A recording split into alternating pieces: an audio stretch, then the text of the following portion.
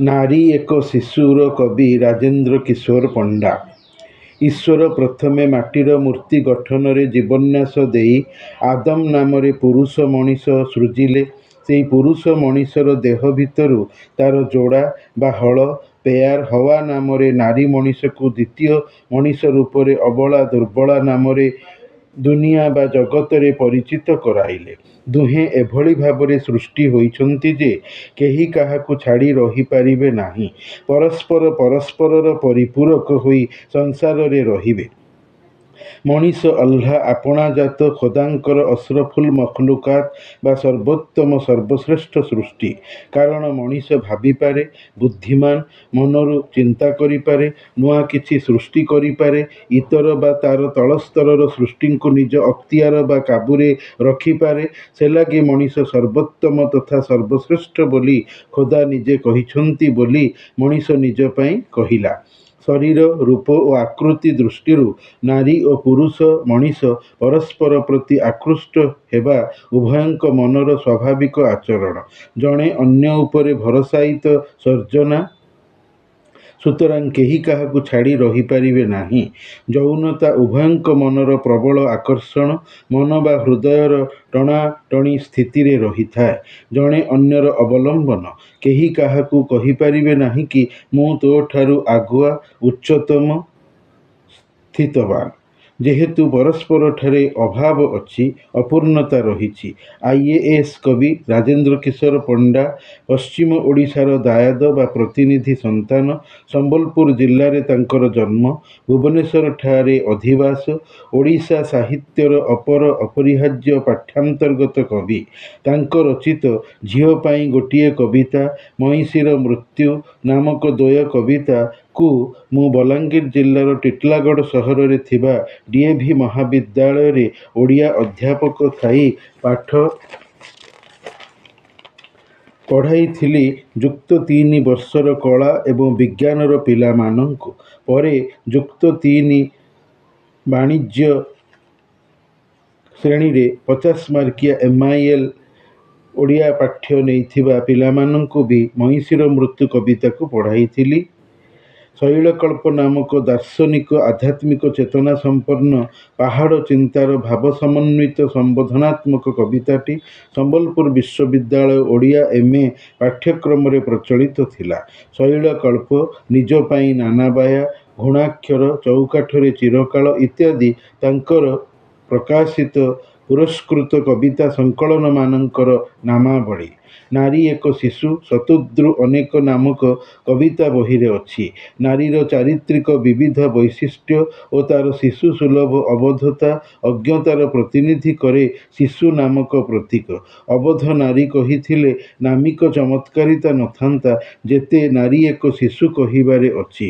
କବିତା ସଂକ୍ଷିପ୍ତ ବ୍ୟଞ୍ଜନାତ୍ମକ ପରିସରରେ ଲେଖକ ତଥା ପାଠକର ବୌଦ୍ଧିକ ଜ୍ଞାନକୁ ଉନ୍ମୋଚିତ କରାଏ, ଖୋଲି ଦେଇଥାଏ।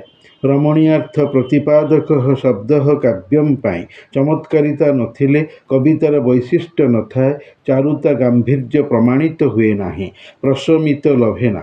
କବିତା ବୁଦ୍ଧିର ଚାତୁର୍ଯ୍ୟ ବା ତାହାର ସୌନ୍ଦର୍ଯ୍ୟର ପ୍ରଖ୍ୟାପକ, ପ୍ରକାଶକ।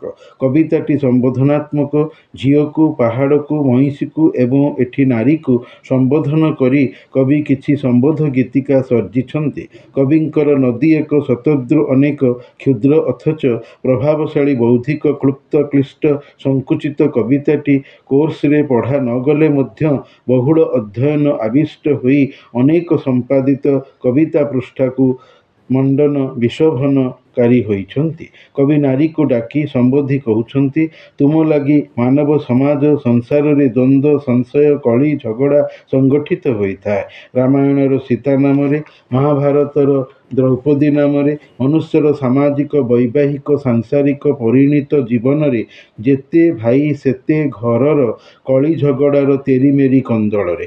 ମଣିଷ ଖାଲି ଯୌନାକାଂକ୍ଷୀ ନୁହେଁ, ଆଲ୍ଲାହ ଖୋଦା ନିଜେ ନାରୀ ପୁରୁଷକୁ ତାଙ୍କର ନିଷିଦ୍ଧ ବା ମନା କରିଥିବା ସ୍ୱର୍ଗ ନନ୍ଦନବନର ଗଛ ପାଖକୁ ଯାଇ ଫଳ ଭକ୍ଷଣ କରିବାର ଦୋଷ ଅପରାଧରେ ଦୁହିଁଙ୍କୁ ଲଙ୍ଗଳା କରାଇ ପରସ୍ପରର ଯୌନାଙ୍ଗ ବା ସତର୍କୁ ଦେଖାଇ ଚାହିଁଥିଲେ, ଦୁହେଁ ଯୌନ ଅଭିଳାଷୀ ହୁଅ ଏବଂ ମୋର ମାନବ ସଭ୍ୟତାକୁ ବଂଶ ରୀତିରେ ବଢ଼ାଅ।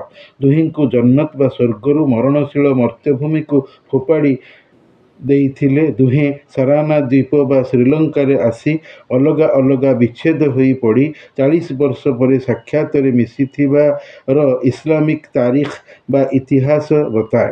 ଲାୱାରିସ ନାମକ ସିନେମା ଗୀତରେ କହେ, कब से बिछड़े हुए हम आज कहाँ आके मिले। अमिताभ बच्चन, जीनत अमन अभिनीत सिनेमा। आदिम ଓ ଶତରୂପା ନାମକ ସୁରେନ୍ଦ୍ର ମହାନ୍ତି ରଚିତ ଗଳ୍ପଟି ଆଲ୍ଲାହଙ୍କର ସୃଷ୍ଟିର ପ୍ରଥମ ମନୁଷ୍ୟ ଆଦମ ଏବଂ ତାଙ୍କ ବିବି ହୱାଙ୍କୁ ଶତରୂପା ନାମ ଦେଇଛନ୍ତି ସୁରେନ୍ଦ୍ର, ଯିଏକି ବ୍ରହ୍ମାଙ୍କର ଝିଅ। ଶତରୂପା ନାମଦାନର ଅର୍ଥ ହେଲା ନାରୀ ନିଜ ଗର୍ଭରୁ ମା ହୋଇ ଅନେକ ଆକୃତି ପ୍ରକୃତିର ଶିଶୁଙ୍କୁ ଜନ୍ମ ଦେଇଥାଏ। ସେ ଲାଗି ହୱା ଶତରୂପା ନାମ ଧରିଛି। ମଣିଷ ଗୋଟିଏ ହେଲେ 100ଟା ରୂପ ଆକୃତିର ପିଲାମାନଙ୍କୁ ଜନ୍ମ ଦେଉଥିବାରୁ ଶତରୂପା। ନାରୀକୁ ଛାଡ଼ି ପୁରୁଷ ରହି ନ ପାରୁଥିଲେ ବି ନାରୀ ପୁରୁଷ ଜୀବନରେ ଅନର୍ଥ ଜଞ୍ଜାଳ ସୃଜେ ବୋଲି କବି କହିଛନ୍ତି। କାରଣ ସ୍ତ୍ରୀ ହୋଇ ପାଖରେ ଶୁଏ, କାନରେ କୁହେ, ତା କଥା କି ଅନ୍ୟଥା ହୁଏ। ଦୁର୍ବଳା ଥିବାରୁ ପୁରୁଷର କାନ୍ଧରେ କାମନାର ବନ୍ଧୁକ ରଖି ଇଚ୍ଛାର ଗୁଳି ଫୁଟାଏ। ନାରୀ ପ୍ରେମରେ ପଡ଼ୁଥିବା ସ୍ତ୍ରୈଣ ପୁରୁଷ ନାରୀ ପ୍ରେମରେ ଅନ୍ଧ ହୋଇ ନାରୀ ଇଚ୍ଛାକୁ ନିଜ କାମରେ ସାକାର କରାଏ। ନହେଲେ ନାରୀ ଯୌନ ସୁଖ ଦବ ନାହିଁ। ଘରକୁ अपना घर है ସ୍ୱର୍ଗ ସେ ସୁନ୍ଦର କରିବନି, ନର୍କକୁଣ୍ଡ କରିଦେବ। ସେ ମଧ୍ୟ କାତ୍ୟାୟନୀ। ଯୋଉଥିପାଇଁ କବି କହିଛନ୍ତି, ତମ ଲାଗି ଏତେ ଦ୍ୱନ୍ଦ୍ୱ ଅବସାଦ ଏତେ ବିଡ଼ମ୍ବନା ଏ ସୃଷ୍ଟିର ଅଦାଲତେ। ତମେଇ ତ ପ୍ରଧାନ ଆସାମୀ। କାରଣ ଇଡେନ ଗାର୍ଡେନ ବା ସ୍ୱର୍ଗର ନନ୍ଦନବନର ନିଷିଦ୍ଧ ଫଳ ଭକ୍ଷଣ ଆଦିମ ଇଭ୍ ବା ହୱାଙ୍କର ପ୍ରରୋଚନାରେ ହିଁ କରିଥିଲେ। ଆଲ୍ଲାହଙ୍କ ଦାଉ ସାଧନରୁ ଉଲଗ୍ନ ହୋଇଥିଲେ। ଇଭ୍ ହିଁ ଆଦମକୁ ଫଳ ଖାଇବାକୁ ବାଧ୍ୟ କରିଥିଲେ। ସେଇ ନାରୀର ବାଧ୍ୟତା ଯୋଗୁଁ ପୁରୁଷ ପାଣ୍ଡୋରାର ମନା କରାଯାଇଥିବା ନିଷିଦ୍ଧ ସିନ୍ଦୁକଟି ଖୋଲିଦେବାରୁ ଅଜାଣତରେ ଥାଇ ଅନେକ ଦୁଃଖ ବ୍ୟଥା ବେଦନା ପୁରୁଷକୁ ମିଳିଥିଲା। କବି କବିତାରେ ଅନେକ ମିଥ୍ ବା ପୁରାଣ କଳ୍ପର ବ୍ୟବହାର କରିଛନ୍ତି, ଯଥା ବାଇବେଲ, ରାମାୟଣ, ପ୍ରାଚୀନ ଗାଥା ଯେଉଁଠି ପାଣ୍ଡୋରା କଥା ରହସ୍ୟ ଅଛି, ମାଡ଼ହାଣ୍ଡି କଥା ଭଳି। ଗୋପାଳଚନ୍ଦ୍ର ପ୍ରହରାଜଙ୍କର ଉତ୍କଳ କାହାଣୀ ବହିରେ ମାଡ଼ହାଣ୍ଡି କଥା ଗପଟି ଅଛି। ପଞ୍ଚବଟୀ ବନରେ ସ୍ୱର୍ଣ୍ଣ ମୃଗ ଦେଖି ସୀତା ଜିଦି କରି ମାରିଚ ପଛେ ପଛେ ରାମଙ୍କୁ ପଠାଇଥିଲେ ସୁନା ହରିଣ ଆଣିଦେବାକୁ। ଲୋଭ ସମ୍ଭାଳି ନ ପାରି ସବୁ ଯୁଗରେ ନାରୀ କିଛି ନା କିଛି କଳହ କନ୍ଦଳ ସୃଷ୍ଟି କରି ମାନବର ଶାନ୍ତିମୟ ସମାଜରେ ଅଶାନ୍ତି ସର୍ଜିଅଛି ବୋଲି କବି କହିଛନ୍ତି। ଆଉ ପୁରୁଷ ନାରୀର ଇସାରାରେ ଯୁଦ୍ଧର ଦାମାମା ଭେରି ବଜାଇଅଛି ବିବାହ ପରେ ନାରୀର ସବୁ ପ୍ରକାର ବୋଝ ମୁଣ୍ଡାଇଥିବା କାରଣରୁ। ଉଦାର ପୁରୁଷ ନାରୀର ଶତସର୍ଜିତ ଜଞ୍ଜାଳକୁ କ୍ଷମା ବି ଦେଇଅଛି, ତାର ନିରୀହ ଅବୋଧ ପଣକୁ ଲକ୍ଷ୍ୟ କରି। ଯେହେତୁ ନାରୀ ବିନା ପୁରୁଷ ଚଳିପାରିବ ନାହିଁ, ସେ ଲାଗି କବି ନାରୀକୁ ଶିଶୁ ନାମ ଦେଇଛନ୍ତି। ଶିଶୁ ଅବୋଧପଣର ଇଙ୍ଗିତ ପ୍ରତୀକ। ଯତ୍ର ନାର୍ଯ୍ୟଂସ୍ତୁ ପୂଜ୍ୟନ୍ତେ ତତ୍ର ରମ୍ୟନ୍ତି ଦେବତା। ଯେଉଁଠି ନାରୀର ପୂଜା ବା ସମ୍ମାନ ଅଛି ବା ହୋଇଥାଏ, ସେଠି ଦେବତାମାନେ ରହିଥାନ୍ତି। ନାରୀ କେବଳ ପୁରୁଷର ଅଙ୍କଲକ୍ଷ୍ମୀ ନୁହେଁ, ସେ ବି ଗୃହଲକ୍ଷ୍ମୀ। ସେ ପୁରନ୍ଧ୍ରୀ ବା ପୁରୁଷ ଘରର ସୁନ୍ଦର କାରିଣୀ। ତାକୁ ସନ୍ତେଇଲେ, କଷ୍ଟ ଦେଲେ, ସନ୍ତାପିତ କଲେ ସେ ହୁଏତ ଆତ୍ମହତ୍ୟା କରିପାରେ। ଆଉ ଏହାର ପାପ ପୁରୁଷକୁ ଲାଗିବ, ତାର ଅଭିଶାପରେ ପୁରୁଷର କ୍ଷତି ହେବ। ପୁରୁଷର ପିଲା ପରିବାର ବର୍ବାଦ ହୋଇଯିବ, ନଷ୍ଟଭ୍ରଷ୍ଟ ହୋଇଯିବ। ସେ ଲାଗି କୋମଳମତି ନମନୀୟ ହୃଦୟା ନାରୀ ପ୍ରତି ପୁରୁଷ ସଫ୍ଟ କର୍ଣ୍ଣର ବା ନମ୍ର କୋମଳ ଆଚରଣ ବାଧ୍ୟ କରେ। ନାରୀର ଭୁଲ ଦେଖି କ୍ରୋଧ ଆସୁଥିଲେ ମଧ୍ୟ ପୁରୁଷ ସହିଯାଇଥାଏ, କ୍ଷମା କରିଦିଏ। ପୁରୁଷ ତୁଳନାରେ ନାରୀର ବୁଦ୍ଧି ଟିକିଏ କମ୍ ବୋଲି କଥିତ। ନାରୀ ପିଲା ଭଳି ଚଗଲା, ଅବୁଝା, ଜିଦଖୋର, ଟିକିଏ ଆଘାତରେ କାନ୍ଦି ଉଠେ, ଆଖିରୁ ଲୁହ ଗଡ଼ାଏ। ଆଉ ଏହା ଦେଖି ପୁରୁଷ ହୃଦୟ ଡରିଯାଏ। ହୋଇଯାଏ। କାଳେ କିଛି ଅଘଟଣ କରିଦେବ କି? ନାରୀ ଭାରି ପ୍ରଶଂସା ପ୍ରିୟ। ସାମାନ୍ୟ ପ୍ରଶଂସାରେ ଖୁସି ହୋଇଯାଏ। ବିନା କାରଣରେ ବି ନାରୀ ଭୟାଳୁ। ଦୁଷ୍ଟାମି କରି ପୁରୁଷକୁ ନିଜ ମତରେ ମନାଏ, ବଶରେ ରଖିବାକୁ ଚାହେଁ, ଆଉ ସେଥିରେ ସେ ଖୁସି ହୁଏ।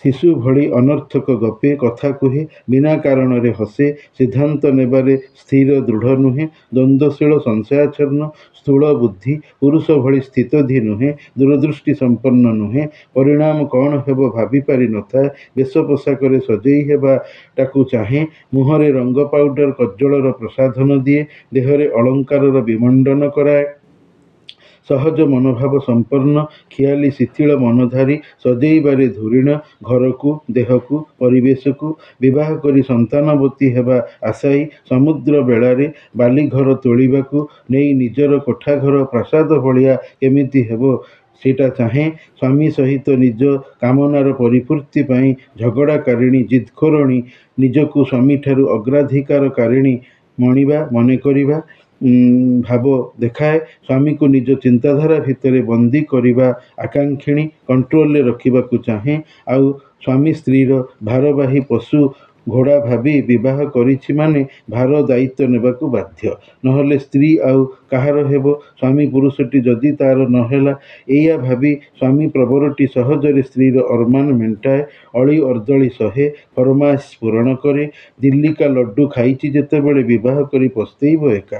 ପତିପତ୍ନୀ ପ୍ରେମ ସ୍ୱର୍ଗୀୟ ପବିତ୍ର, ଏହା ଭାବି ନାରୀକୁ ନିଜର ବାହୁବନ୍ଧନ ଛାତିର କୋଳରେ ଆଶ୍ରା ଦିଏ, ଯେହେତୁ ସେ ସ୍ତ୍ରୀର, ନାରୀର ଗାର୍ଡ଼ିଆନ, ମୁରବୀ। ଖାମିନ୍ଦ ଥିବାରୁ ସ୍ତ୍ରୀ ପତ୍ନୀ ପ୍ରତି ସହନଶୀଳ, ସମ୍ବେଦନଶୀଳ, ଅନୁଗତ, ଦୟାର୍ଦ୍ର ଚିତ୍ତ ହୋଇଥାଏ।